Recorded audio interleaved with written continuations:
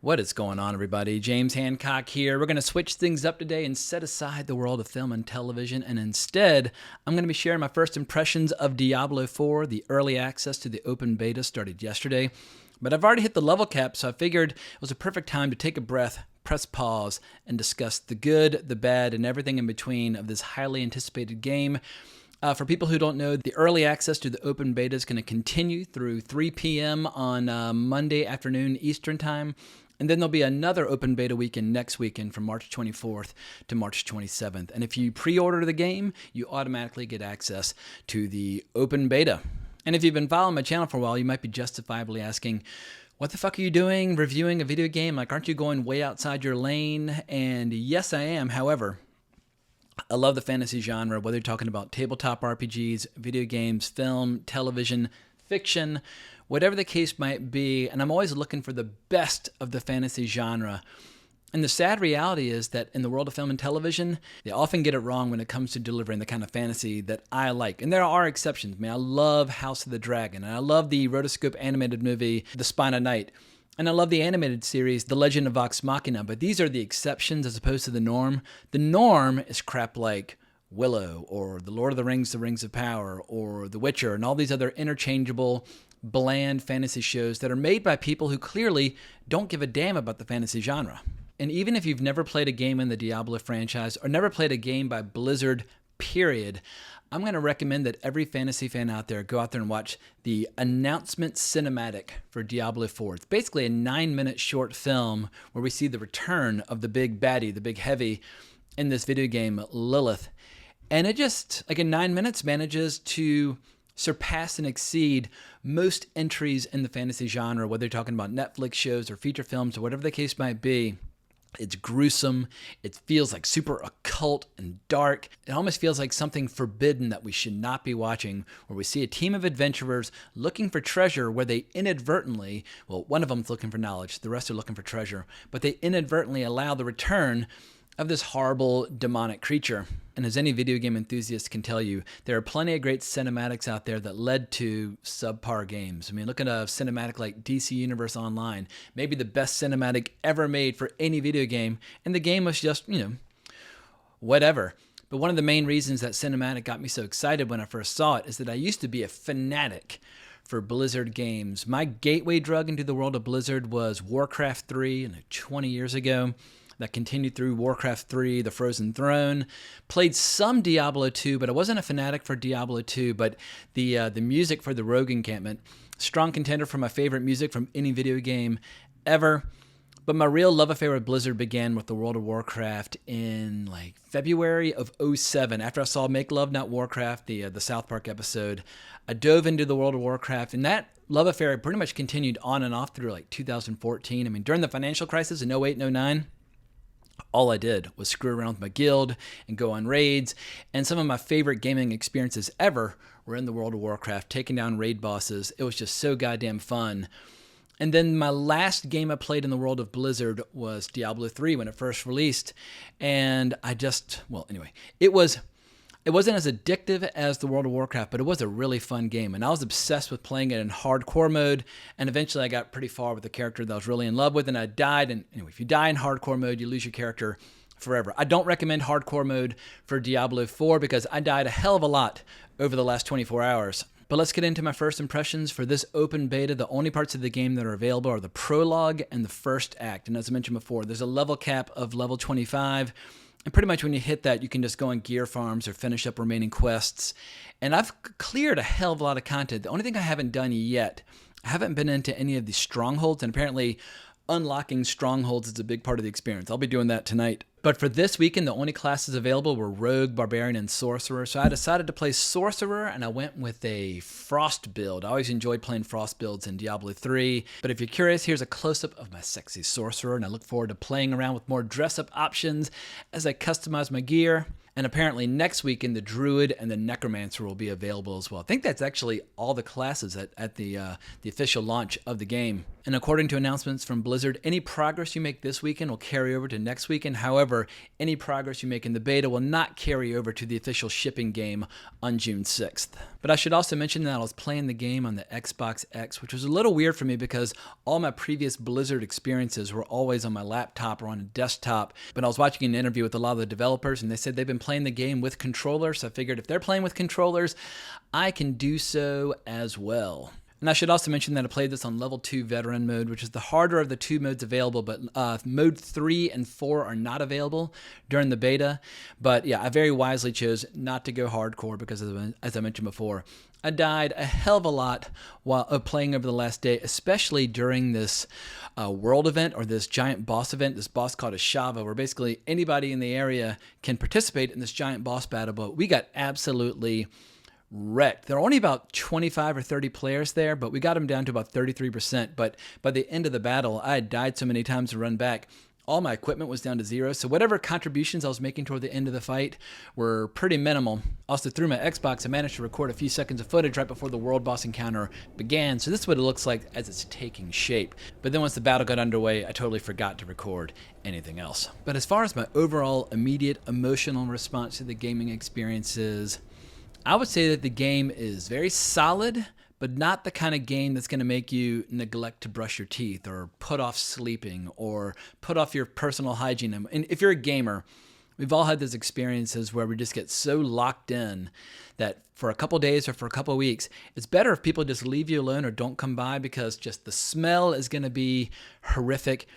I don't see myself getting obsessive over this game the way I did like when Elden Ring came out last year, where I was just in that world for the first couple of weeks after launch. And if I were to compare it to Diablo 3, I feel like Diablo 4, it's more of an iteration as opposed to an innovation, where it's very familiar and a lot of the mechanics are the same and a lot of the gameplay is the same. And there are a few little bells and whistles that are new, and there's a lot more busy work related to the gear. But basically, Diablo's in this weird, they've backed themselves into a corner where if they make too many innovations, it stops feeling like a Diablo game. But if they don't make enough innovations, it starts to feel very retro. I mean, Diablo 3 came out, in 2012? But if you put aside all that weird drama related to the auction house when Diablo 3 first launched, I think I had more fun playing Diablo 3 where for like a month or two after that game first launched, I was absolutely locked in and playing that game at the exclusion of all other forms of entertainment. I don't anticipate I'll do the same with Diablo 4. Not that it wasn't fun. I mean, my thumbs are raw from playing over the last 24 hours. I basically played until I couldn't play anymore, slept a few hours, got up, hit the level cap, started recording. And it was very grindy and it was very addictive and I was having fun. I just wasn't like obsessively playing to the point where I couldn't imagine like turning my attention elsewhere. And it's been a good 10 years since I played Diablo 3, so I don't know if my memories are playing tricks on me, but I feel like Diablo 3 just had a better look. Like the colors were more vibrant.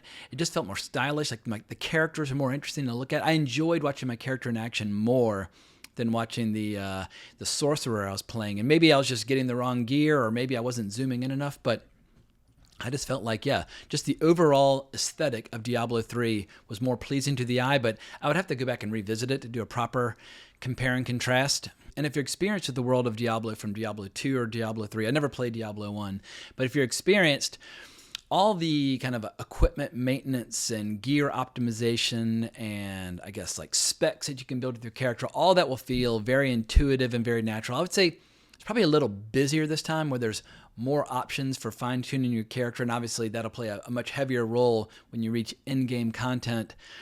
But if you're new to this game, initially you might be a little caught off guard by just what feels like, almost like you're having to like do your laundry or pay your bills or take out the trash. There's a lot of busy work associated with looking after your gear, upgrading your gear, replacing your gear. So if you're new to this, you might get a little frustrated with all that busy work that's on the side, because what you really want to be doing is running dungeons and clearing content. But the dungeons, they level up with you. So if you go into them at level 12, they're a level 12 dungeon. If you go into them at level 20, you're level 20. So you definitely don't want to let your gear like slip too far behind. And there were one or two bosses that I did struggle with and have to do a couple of attempts. And there was one boss where I was doing this long, like drawn out, like 25-minute fight. And then suddenly the game just froze up and just threw me out. I mean, it's an open beta. You can expect glitches. You can expect all things to crash. But that was so frustrating that I was almost at the end of the boss and I got thrown out. And then not only could I not log back in, I had a 90-minute queue to get back into the game. And when I tried to log in today, it was like a 1-minute queue. So I think they've more or less addressed all those problems. But yesterday it was a little frustrating. Oh my God, like the open beta, let's play. 90-minute queue. I mean, that was ridiculous. I sat through 2 90-minute queues, the first time I logged in and the second time that I logged in.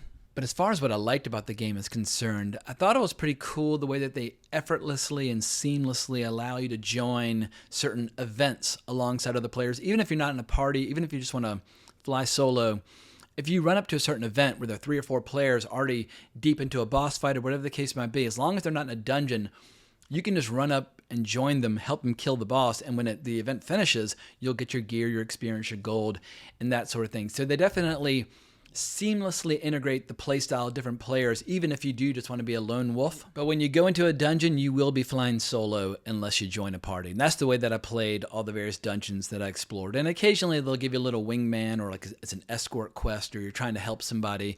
But I experienced all the dungeons solo, and as I mentioned before, the world event, I don't know how many people were there because we were dying so frequently and you'd basically just go back to the respawn zone and we were all running back together.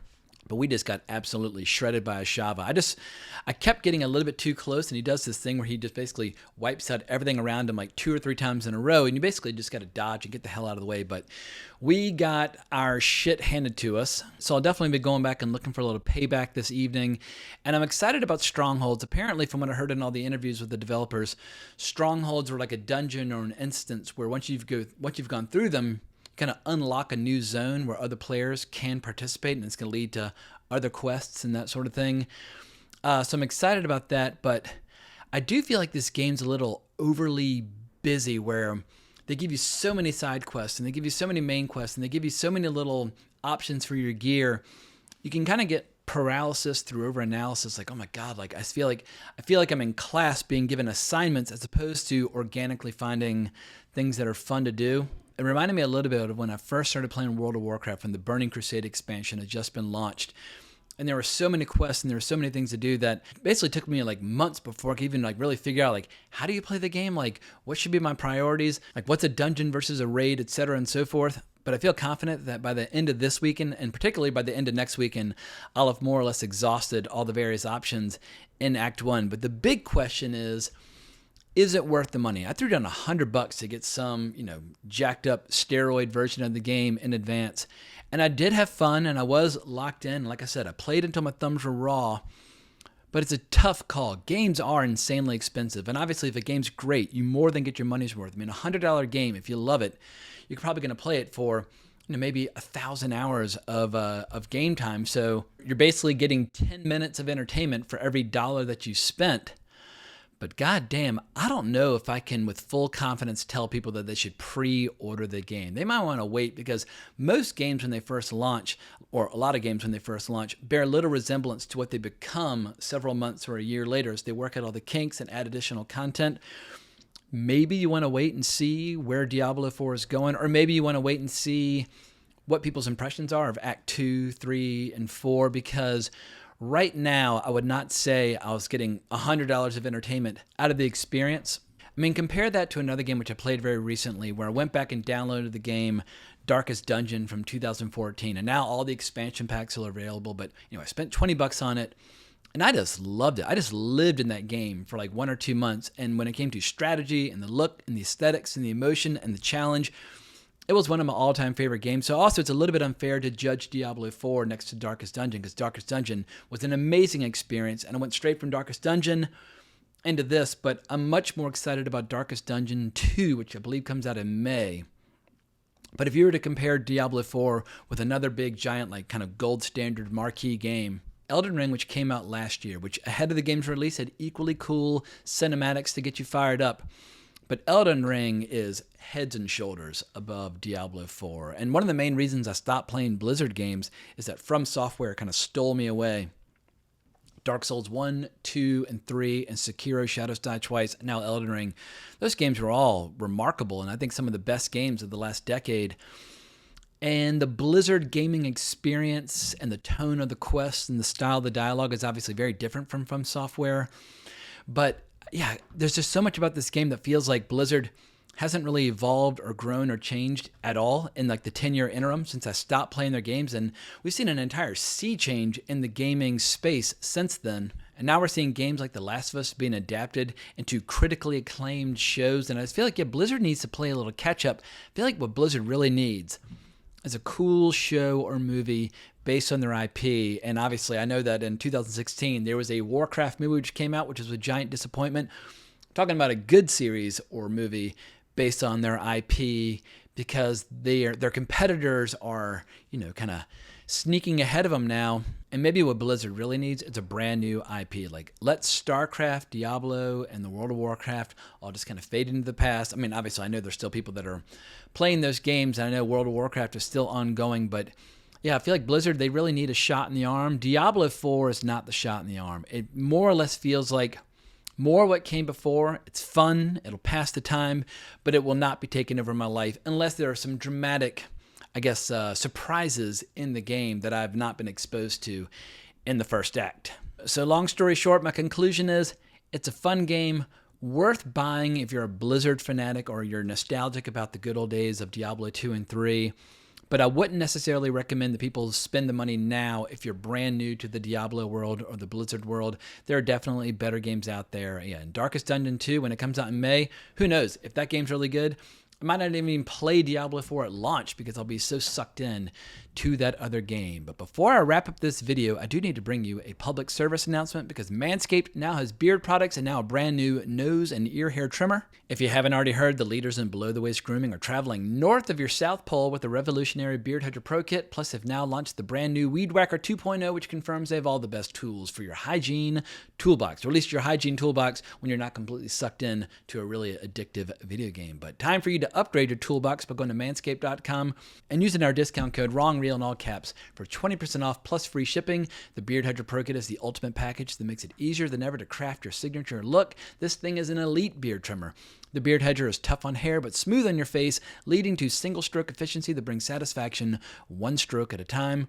And with a nice beard, your face is perfectly groomed, right? Wrong. You need to keep an eye out for those tough-to-trim ears and nose hairs. The brand new Weed Whacker 2.0 offers improved blades and skin-safe technology with a no-tugging guarantee. It's never been so painless to mind your manholes, so your significant other will be delighted to see you covering all bases, if you know what I mean. So thank you so much for watching the video. If you like this channel or you like my podcast, please consider making a Manscaped purchase to support my endeavors. But more importantly, please hit the notification bell, subscribe to the channel, like the video, and hunt me down on Twitter at Geeking Out if you want to talk more about video games or film and television or novels or tabletop RPGs or whatever the case might be. But I hope everyone has a great weekend, but more importantly, as always, onwards and upwards.